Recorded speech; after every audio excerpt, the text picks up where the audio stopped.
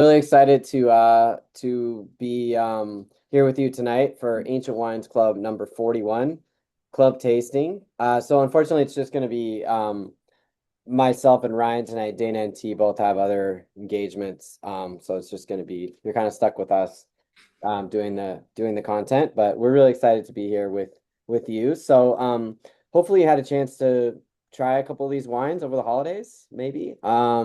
The regular four club wines and or some of the special offers. Ryan did as usual an amazing job sourcing these wines. Crete, as I'm sure he'll get into over the course of the presentation, is just one of those really kind of red hot areas as far as previously undiscovered, now discovered wine. So there's a lot to be said and enjoyed as far as the wines of Crete. And of course, as well, this is as the crossroads of the Mediterranean, or one of the crossroads of the Mediterranean, with an extremely rich historical and mythological and archaeological story to tell. It's just one of those places that we keep coming back to, and we actually are coming back to it in a sense with this club because we did I think those of you who've been with us since the very beginning, I think there was like club number 4, number 5, or something like that. We did a Isle of the Gods presentation. So as usual, if you have questions, feel free to pop them in the chat and or save them till the end. We can leave a few minutes at the end to chat about anything that comes to mind. So I'll turn it over to Ryan now for our first wine. Yeah, thanks, Jeff. Yeah. So before we jump into the very first wine, I just kind of want to give a little bit of background around Crete wine. As Jeff said, like kind of rediscovered to being now very much discovered. That's one of the kind of the main threads about Cretan wine at the moment is it's not really this kind of like undiscovered backwater, like, oh, like, like what is it, where is it? It's very well established in the greater Mediterranean wine kind of mindset, as well as just on the world scene. It's comparable to let's say things like Sicily, southern Italy, southern France in terms of wine quality, in terms of prestige. And so it's really exciting to be able to kind of dive into Crete, and obviously to kind of be, I should say, re-dive into it. So we've explored Crete before, but this was kind of like a great revisitation of a lot of the exciting wines. So Crete kind of has this like ancient plus kind of revivalist modern sort of tone going on, where you have like these like ancient traditions that are then being and also indigenous varieties that are being kind of reviewed and revisited by a lot of really really talented winemakers. So again, we've explored a lot of like very like off the beaten path wine regions, and like a lot of folks maybe are not that familiar with Crete, especially here in the United States. But just kind of want to place it in your mind as it is a wine region that does have a lot of recognition in the greater kind of wine world. So yeah, without further ado, we'll jump into wine number 1 here. So this was the 2021 Yavalas Vilana, Vilana being one of the indigenous white varieties of Greece. And so this is 100% Vilana from not a super small winery, but like I'd say about a small to medium sized winery. Um, and they've actually changed their name. So if you look up Yavalas, it's Fragospito now, but they're still using some of the domain Yavalas terminology for some of the vineyards, just in case anyone's like was like looking it up and they're like, wait, what the heck? So it's a winery that's been around for over 100 years, actually 120 years, I believe, early 1900s. They have been organic for 25-ish years or so, which is actually relatively long for most wineries in the greater Mediterranean.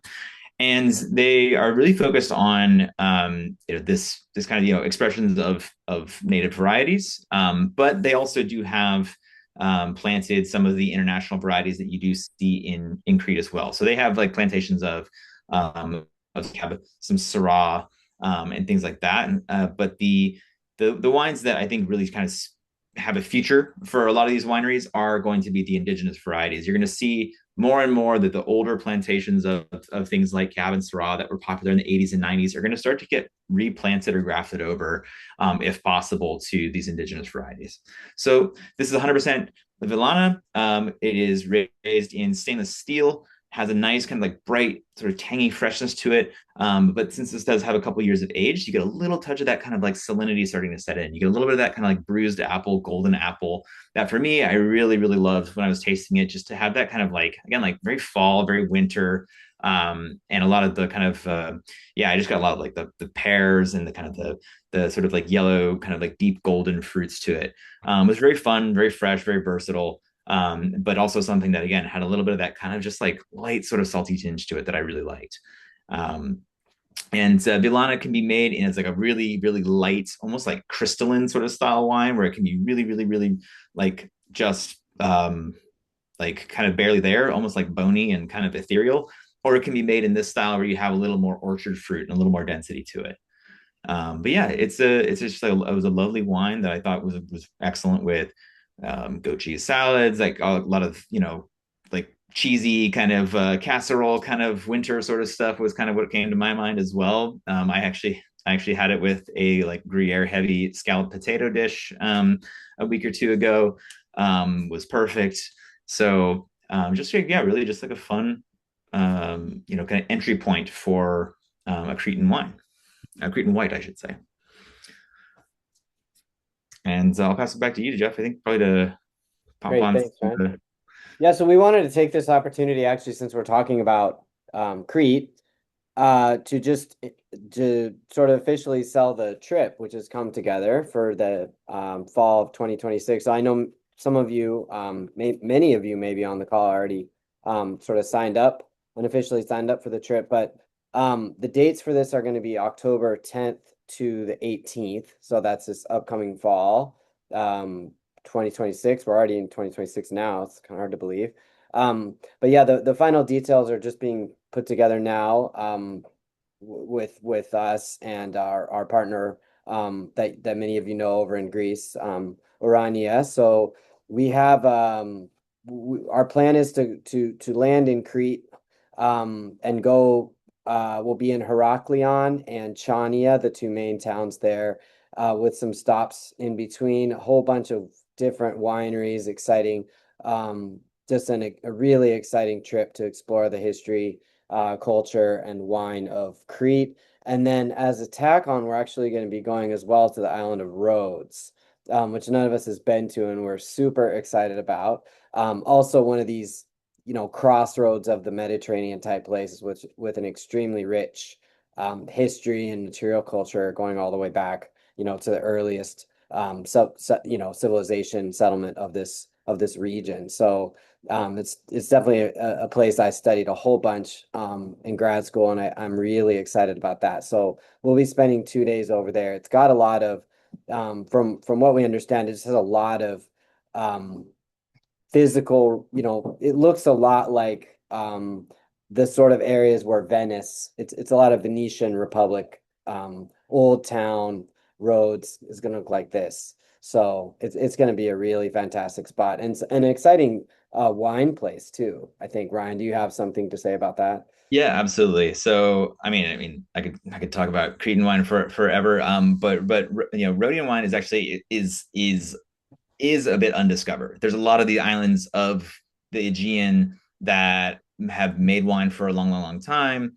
They have maybe one or two wines they might have been kind of relatively famous for, but there's kind of this new wave that is either rediscovering what were previously kind of maybe kept to the side indigenous varieties, or just they're kind of rediscovering like whether it's dry wines or certain types of like rosé or sparkling wines, these sorts of things that maybe they've been making kind of the same sort of wines for the last 20, 30 years, and now they're kind of saying, hey, wait a second, we can kind of diversify here. Rhodes is one of those places where for a long time people thought of, you think of Rhodes, you thought of Muscat, of Rhodes. It's like there's a lot of history there with sweet wines, which we'll definitely be diving into and taste some of those kind of famous original sort of wines that put Rhodes on the map as far as the wine is concerned. And but there's a number of wineries that are producing dry wines, reds, whites, rosés, that are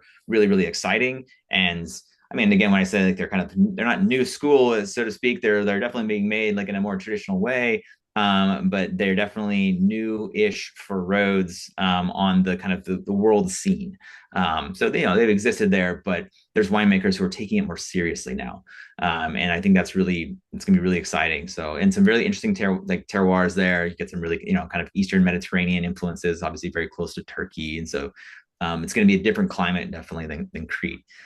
So we're really excited to explore obviously both islands. But yeah, I haven't had a lot of wine from Rhodes. There's just not that much exported. You can't find that much. So that's kind of one of the reasons why I was like, hey, history plus plus undiscovered wines. That's our deal. So. Kind of our jam. So, thanks, Ryan. So anyway, that's just a little bit of a plug. I know some of you have already reached out to us and we've spoken in person even. So just if you just stay tuned. I guess is what we're trying to say. In the next week, we'll have an email out to you with the specifics of the itinerary and pricing and everything like that. So.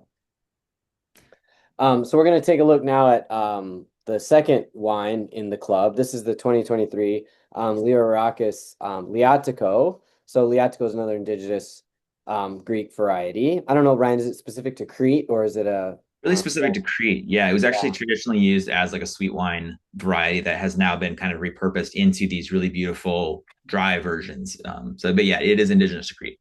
Okay. So and the label here is you can see as a kind of a I don't know what the artistic term would be, but a representation of a goddess, a Cretan goddess and or queen. And the winemakers for this, at least the enologist, and some of the people on staff are women. So it's a tribute to them. The lead enologist, Miriam Ambuzar in particular. Um, we really like this wine. It's sourced from a couple of different places in Greece, both pretty high elevation. So out in the east, I don't think we're going to get to Sittia on our trip, but vineyards over there in Sittia around just a little bit under 600 meters. So still pretty high. And then in the central part of Greece, which we will be getting to, and those vineyards are even higher up. So I think something like 850 meters above sea level. So we're talking pretty high elevation wine, which in a place that's extremely hot, Crete is going to give us this lighter wine, which those of you who have it in front of you will see. This is a wine when Ryan picked it out. He's like, Jeff, you're going to love this wine. Um, absolutely right. It's the one I have open for tonight. This sort of we do a lot of these kind of wines as you know, but really light kind of um I think it has a kind of an earthy, almost musty quality. It reminds me a little bit of like a Nebbiolo without the tannin, I would say. Really nice, kind of fine, balanced tannins, has a lot of red fruit, strawberry, maybe like dried fig, kind of rose petal, even a little bit of spicy. We had a very rushed dinner earlier, but I had some chicken with Chinese five spice, the noodles, and actually it sits really well with that. I know we talked about I think in the write up with pizza would be an extremely good pairing, and that mushroom as well I think would give you that kind of little those kind of earthy wines. Forest floor tend to pair really well with mushroom, so that would be kind of my recommended pairing from a couple of tries of it. So, Ryan, do you have anything else to add on this one? Yeah, absolutely. So super excited to visit this winery on the trip. Actually, we will be visiting Lirodakis. Mm. They're just south of Heraklion, so we'll be visiting them. They are kind of like one of the stewards, if you will, of a lot of the native indigenous varieties of Crete. They have done a lot of the work to like rehabilitate vineyards that are of indigenous varieties. They have some plantations of varieties that are found almost nowhere else in Crete of native varieties. So super excited just from that point alone to have gotten to work with this wine and winery. But yeah, the this particular Yazgo, like you said, Jeff, the moment I tasted it, I was like, all right. I texted the guys and I was like, you guys are gonna love this. It's just like it's fun, it's peppery, it's juicy, has all the kind of like sort of like you said, like kind of earthy spice sort of character to it. But it's also just really approachable and just fun to drink. I just thought it was something that was just like kind of really not fighting me at any point in the whole journey. Showed really well on day 2 and day 3, I thought actually as well. And yeah, it was just like a really lovely expression of what Crete actually does really well with red wines, which is making fresh, balanced red wines. A lot of people see Crete, and they're like, oh, it's smack in the middle of the Mediterranean, soaked in sun. It's going to be these, big blockbuster red wines because it's got tons of heat. Actually, it's like almost the opposite because of like what you're mentioning there, Jeff, like that high elevation. A lot of the vineyards in Crete are 400 to 950 meters, like some even a little bit higher than that. You have a high elevation, so it can balance that heat, that those higher amount of sun and like, let's say, like solar growing days essentially.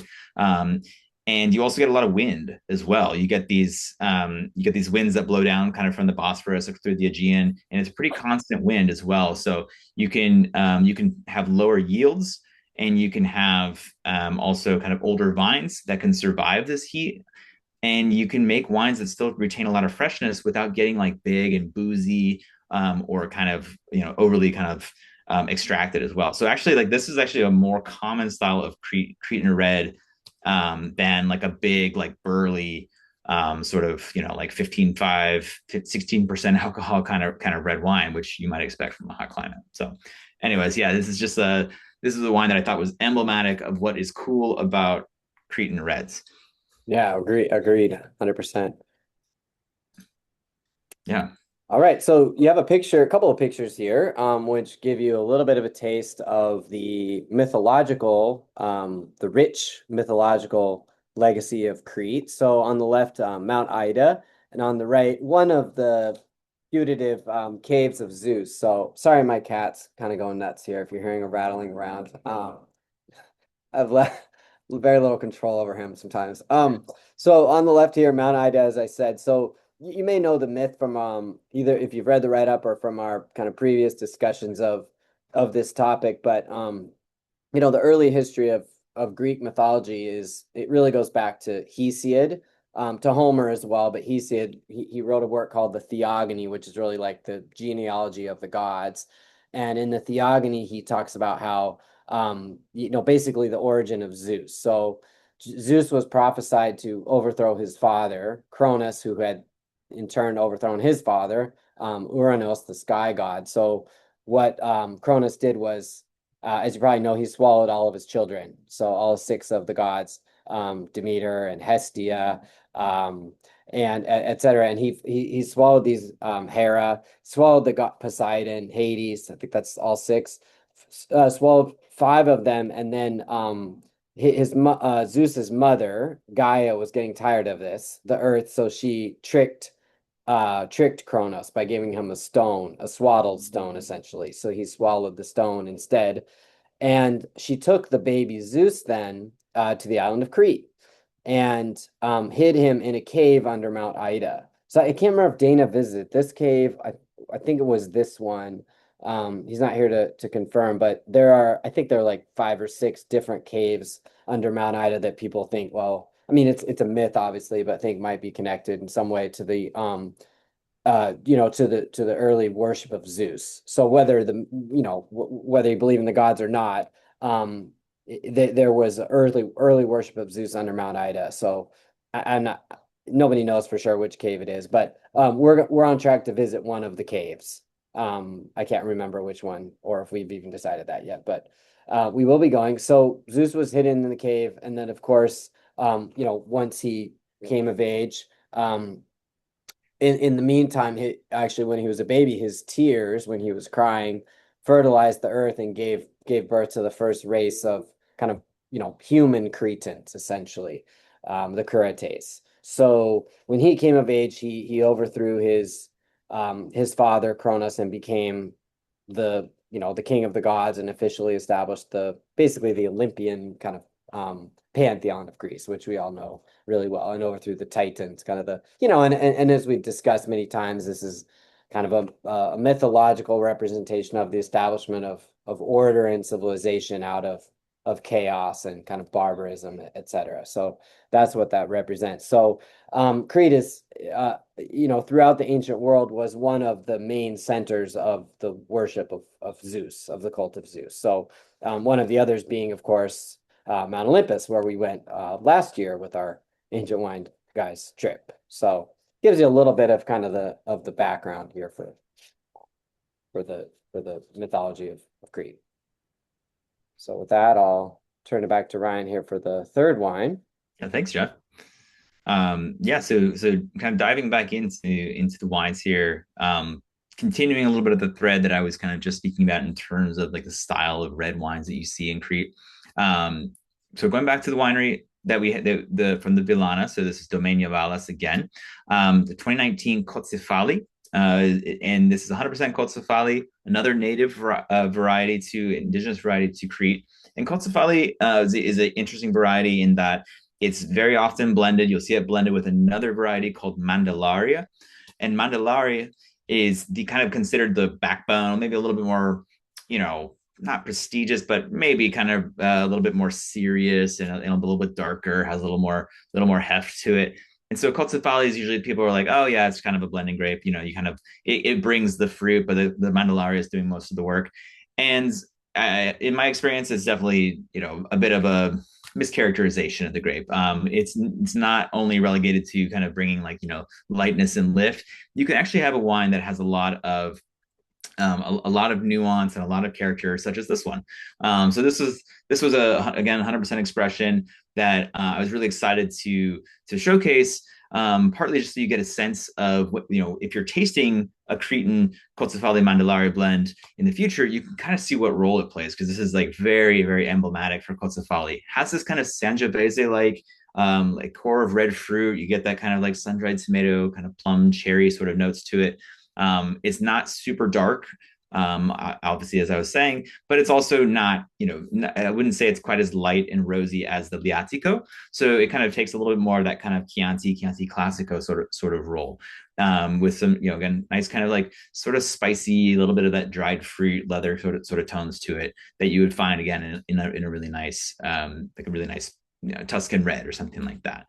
Um, and yeah, it's again great example of how Crete can make a fresh, bright, like relatively low alcohol and balanced red wine at again when you have high temperatures and a lot of bright sunny days, you can still get something that this is on the same latitude as the south of Spain, so significantly lower latitude than let's say like kind of central Italy or obviously farther north. So still for me very impressive that they're able to control those yields and be able to dry farm a lot of those old vines to be able to produce a really nicely balanced red. Yeah. Pass it back over to you, Jeff. Sorry, I was going to spray Archie a few times there. So I was gonna ask you if all of the growing is dry, is it all dry farming in Crete? So Or not it's not all dry farm, but they're some of the masters of dry farming because it is so dry and rainfall is so low. So they have really adapted well to difficult climate. And a lot of the rest of Greece is, and actually the rest of honestly the rest of the Mediterranean, the rest of Europe is actually looking to Crete Hmm. for knowledge of how to do dry farming well. Because if you can do it in Crete, you can do it a lot of places that you may not be able to, or you may not have, I should say, you may not have imagined that you could do it in. So it's not mandatory, definitely, but water pressure is a serious, it's like, and I should say water stress is a serious concern there, where if you have years and years of drought, you need vines that are producing lower yields with deep tap roots that can actually access those water resources. If you're irrigating for a couple of years, those roots aren't going to go as deep, and you're going to actually be kind of making yourself dependent on irrigation for years to come. So they're really not incentivized to irrigate it unless they absolutely have to, or they're trying to do like more commercial wines. So um, but I think it really depends on which part of the island you're on, what type of like soils you're working with, and what's your aspect and slope, and like what part of if you're on a high elevation.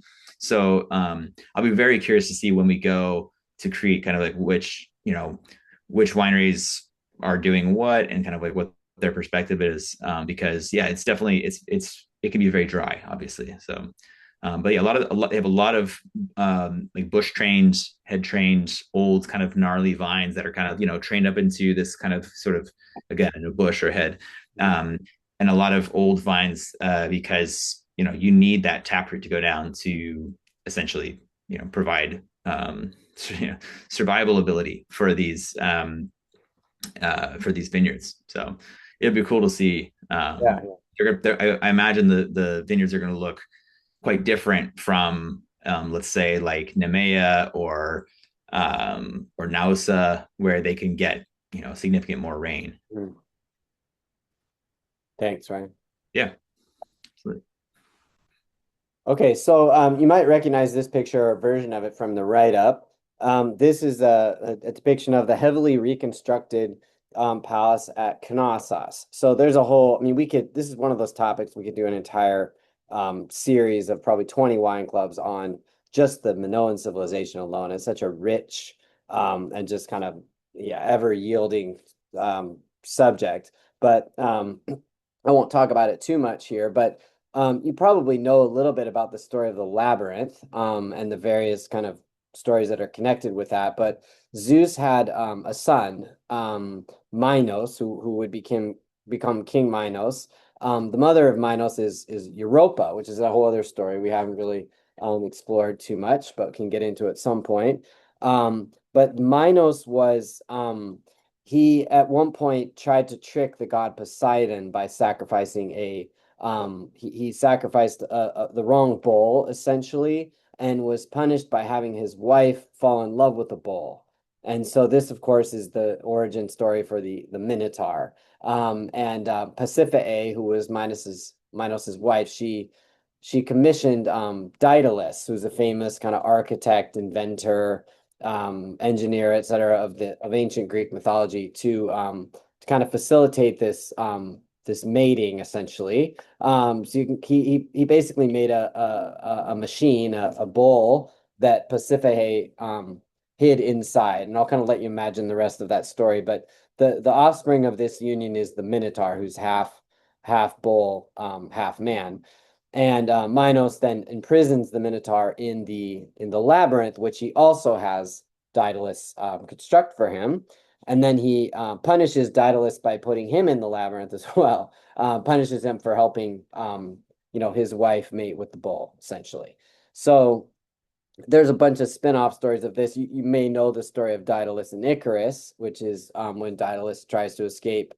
He does escape successfully from the labyrinth by forging wings, right, for himself and his son, but his son proverbially flies too close to the sun and ends up falling into the what's now called the Icarian Sea in honor of him, his hubris, famous example of the Greek sin of hubris.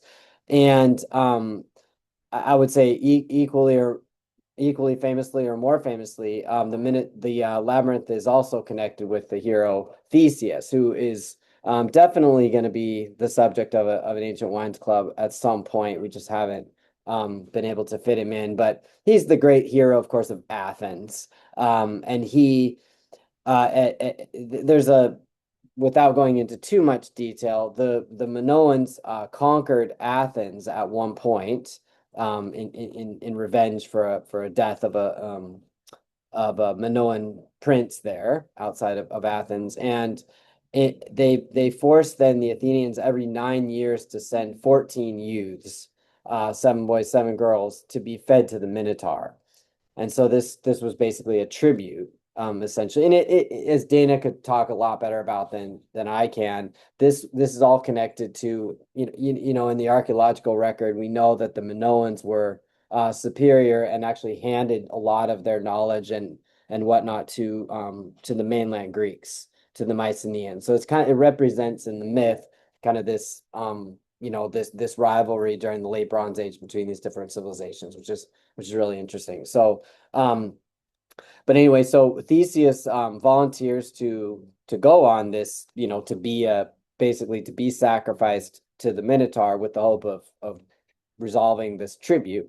And so he does, and as the story goes, he managed to get the local princess, the daughter of Minos, Ariadne, to help him, to fall in love with him also, but to help him get in and out of the Minotaur. So this is the story of the ball of string, right, where he goes in and can find his way out and slays the Minotaur and ends this tribute, which again would kind of represent the turning of the tables with the Mycenaeans and the Minoans. Um, and he takes Ariadne with him actually when he leaves, and then as you know, this is not an uncommon trope in Greek mythology, he abandons her on the island of Naxos.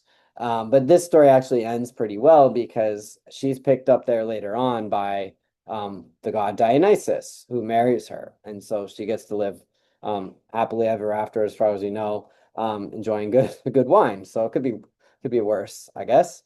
And this just to kind of tie back to this picture on the left. So I went to Knossos myself in many years ago, coming up on 3 decades now ago. But I was this before I'd even done much archaeological work, but it's really striking how much of this site has been reconstructed. So this is due to Sir Arthur Evans, who's a British archaeologist from Oxford. He excavated there, I think, starting in 1900, and this was kind of in the early freewheeling days of archaeology. So he took a lot of liberties, I guess, to speak euphemistically with the reconstruction. So I don't I know Dana was there recently. I don't know what it looks like exactly now, but it was sort of one of those things like, yeah, it's a little bit jarring to you because you feel like, hey, maybe this is maybe you're imagining a little bit more than we can safely assume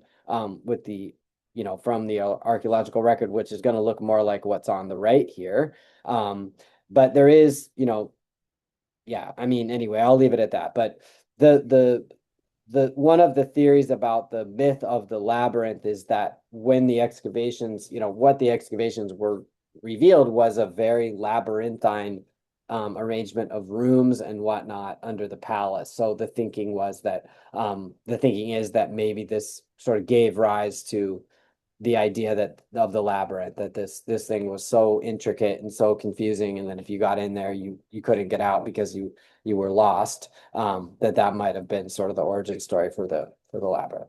So Jeff, like quick question. Just it's fine if you're not sure, but what type of like archaeological tourism would someone, let's say, at the kind of height of the, let's say, like Hellenistic period or the classical period? Obviously, the Minoans and Knossos would have been still quite old then.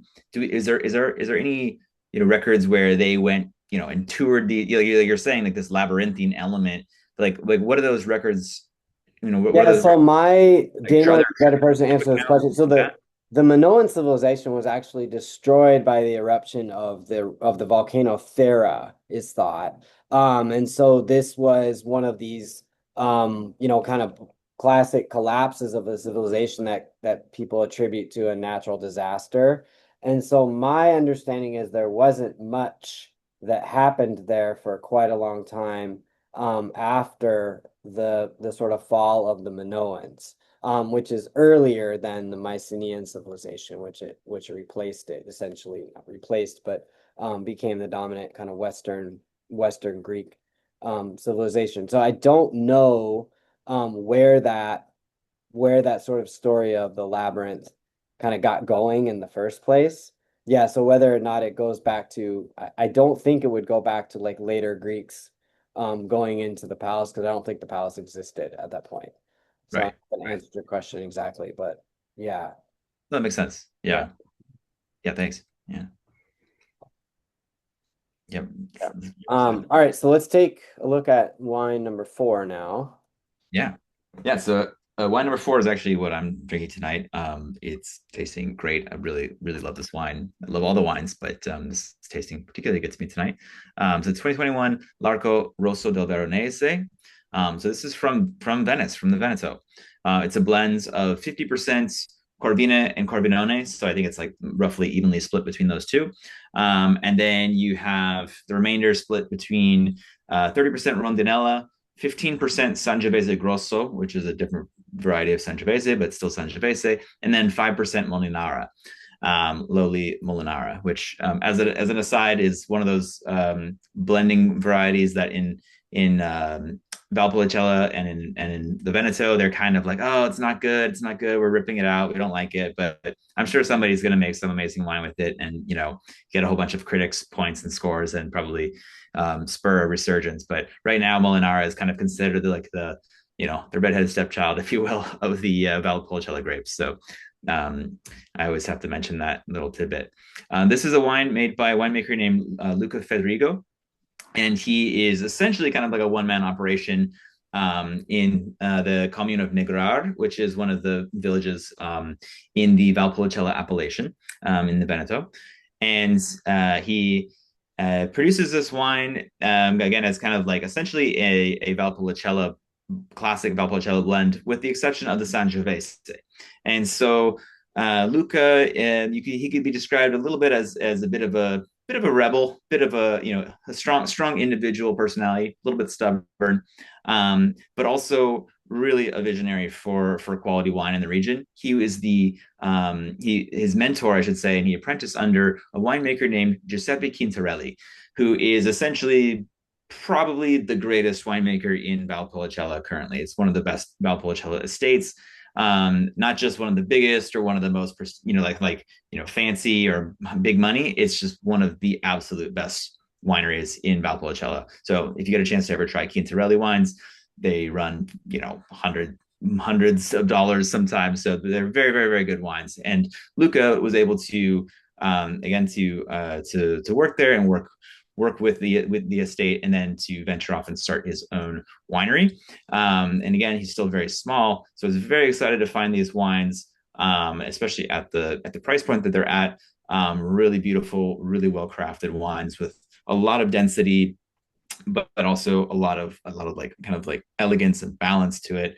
For me, it has a really classic profile of Valpolicella, where you get this kind of like sappy red fruit, just kind of a little bit of melted cherries, strawberries, raspberries, all that kind of like red fruit in there. But then there's just these like little hints of like dried herbs and flowers, and all kind of like swirling around the edges there. So it's a really, for me, like a very, very typical Valpolicella Classico or something like that.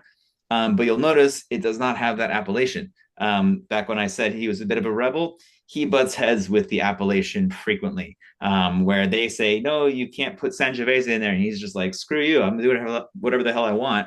I'm making good wine. Don't tell me what I can do. And they're saying, well, you can't call that wine Valpolicella. And he's like, I don't want your stupid Valpolicella appellation for this. I'm going to call it Rosso del Veronese, which is an IGT, which is Indicazione Geografica Tipica, which is a lower designation, a much lower designation. So as a result, he's not going to be able to charge as much for it domestically. For an IGT wine in Italy, this is like a high priced one in Italy. But here in the United States, we're like, hey, it's great wine. We love this, we love the quality and the story. So people aren't quite as sensitive. But in Italy, seeing an IGT wine, if it was, $25 or something like equivalent, people would be like, what's going on here? Like, this is not typical. So again, I always respect winemakers who are not afraid to, let's say, I don't know, buck the trend a little bit, to go to the appellation and say, hey, let's adapt, let's learn new things, let's make this appellation special. But also there's appellation kind of politics that are always kind of lingering, where you have, whether it's an old boys club or somebody who's a bit conservative about what it means to be from a certain region, or what a wine should be, typified, typical, I should say, of a region. That's usually where you start getting a little bit of like, well, how much do you want to expand a style or a region or something like that? So on the one hand, I do agree, and I love, Luca Federico's, sentiment. I also do sometimes understand when you want to keep things classic. You have a brand, you have a region that wants to keep things pretty traditional. So, but either way, I'm very, very happy to have the wine. I love it. It's a beautiful wine that we were very happy to work with. The connection to the history, as I can just very briefly touch on, as Jeff mentioned, Venice is all over the Mediterranean throughout the history. And so we had to include a Venetian wine here. I'll pass it over to Jeff just to kind of to finish it off. But I mean, we could honestly probably have a Venetian wine in like almost every club, to be honest, because of how frequently the Venetians come up in the content. So this was kind of like a bit of a underhanded pitch to me when like, hey, can you do Venice, Ryan? I was like, yep, absolutely, no problem. So yeah, I'll pass it over to Jeff to talk about actually a little bit about the Venice connection here, but always happy to have these wines. Yeah, I was actually wondering on this last one if you knew anything about the arch, because I had noticed the label. So the art Larco is Italian for arch, and then Yes. there's actually a Latin inscription on here, which is Marum ad Lapidem Arcum, which means essentially the unmixed wine or pure wine at the stone arch. So I Yeah, think so there's an there's arch at the vineyard, or what the connection is that's there. right. Yeah, there's an arch. It's this old arch called the Arco di Giove. So Yeah. actually the Arc of Jove. So Is I it a think that's Roman why. arch then? Sorry. Is it a Roman arch then? Yes, it's a Roman arch. Exactly. Yeah. So That's there's a Roman arch that still exists there. That is kind of the namesake for this. But yeah, I mean, and isn't Jove like Jove? Like Yeah, that's it's the Jupiter. Yeah, the god Jupiter who Zeus is essentially. Zeus. So So yeah, it's kind of a perfect connection for the yeah, Crete the Crete thread there. yeah. I guess I on the actual wine bottle, my eyesight's so bad I didn't see the Latin, but blown up. It looks.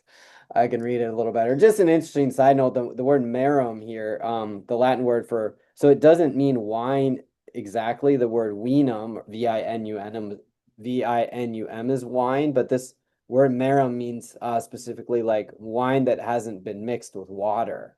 So it's pure wine, which of course Romans didn't typically drink, nor did the Greeks, right? So it has this kind of idea of yeah, just purity in its essential form, and then you dilute it somewhat with water and whatnot. So anyway, I just kind of thought that was interesting. Yeah, so we're not going to talk too much about Venetia. We did have a little side note on our write-up about the Kules fortress, which is in Heraklion, which we're going to be definitely visiting, which is what's here on the left. So the Venetians controlled, like they controlled Rhodes and much of the Mediterranean world, in various ways. They controlled Crete, I think, from 1202, which is very early from the end of the Fourth Crusade all the way until 1669, if I have the date right, which is the Ottomans finally conquered it after I think it's the second longest siege in history at 21 years. They finally conquered the fortress here on the left and thereby kind of took control of Crete. And of course, if you know the history of Crete and the Ottomans, Greece really and Turkey and whatnot. This is kind of an ongoing thing with the island of Cyprus, of course, just a long standing dispute, you might call it. But of course, Crete is now a fully Greek island. So yeah, and there's a lot as far as I understand, there's a ton of Venetian architecture that's the most recent occupation period, essentially where there's a permanent record. Was the Venetians, and I think some Ottoman on top of that. But we're going to see a lot of that in all over Crete, and then of course in Rhodes as well. So yeah, we'll take it there from there into the first special offer, which Ryan's going to tell you about. This is one that we absolutely love this wine last year for our kind of special Christmas sparkly wine, and we're just like, yeah, we have to go back here, especially after having visited this region. We didn't go to this winery, but we were definitely in the area, drinking a lot of Tsinomavro and varieties from northern Greece, Macedonia. So. Yeah, take it away, Ryan. Absolutely. Yeah. So a lot of folks always ask me, they're like, oh, New Year's Eve, what are you drinking? Like what cool champagne are you drinking in terms of, what was it like single vineyard, small grower champagne? Are you doing like a vintage champagne from the big house? I've drank this wine for the last 2 years. And I love it every single time I've had it. It's an amazing wine that I think punches way above its weight class in terms of like price point. And it's a very unique wine. It again can stand next to next to extremely fancy prestigious champagnes or whatever, and still show extremely well. So, which is what I did on New Year's. I had good champagne too, of course, but I have to. It's like the Super Bowl for sparkling wine.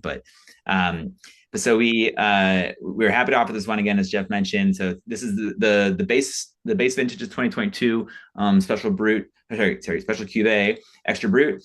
This is from Amindion, so one of the highest elevation vintages, vineyard regions in Macedonia, in northern Greece, up to around 800 meters, 800, 900 meters.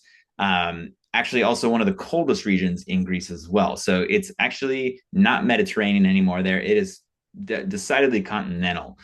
So they get snow. It gets very, very cold. You get these winds blowing down from the mountains, from the Balkans, and so it can be actually kind of difficult to get grapes ripe there. And Amindion is actually a red wine appellation still, where so you'll notice it doesn't say Amindion on the PDO, Amindion on the label. That's because Amindion, the PDO, which is actually like kind of like the AOC or the AVA, whatever you want to call it, the appellation is for the red Pinot Noir. But so they make excellent sparkling wine up there, and this is a blend of 90% Pinot Noir and 10% Assyrtiko. And the style is just this really kind of beautiful tight bead, so really beautiful in the glass, of course, but the little pinkish hue to it. And then you get this really lovely kind of like brioche toast, a lot of kind of caramelized apple. You get all this kind of lovely kind of peach and orchard fruit to it. Just the wine that again was like really a pleasure to drink. Just the kind of kind of faint kiss of all this sort of like light sort of citrusy kind of lemon meringue sort of elements to it as well. So for me, it was very, very fun.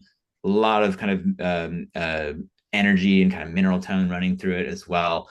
And yeah, it's just a special wine that we were just very, very happy to work with again. So I'm hoping that the new base vintage, I think 2023 base vintage is probably coming in stock, or they might restock this one. I'm not sure if they have any more, but it's something that we're hoping to get potentially a little bit more of this year as well. So Yeah, we ran out. Actually, we got as much as we could yep. down to last bottle and sold all of that out. So We cleared out the thanks for importer that. actually. But We bought the last of what they had.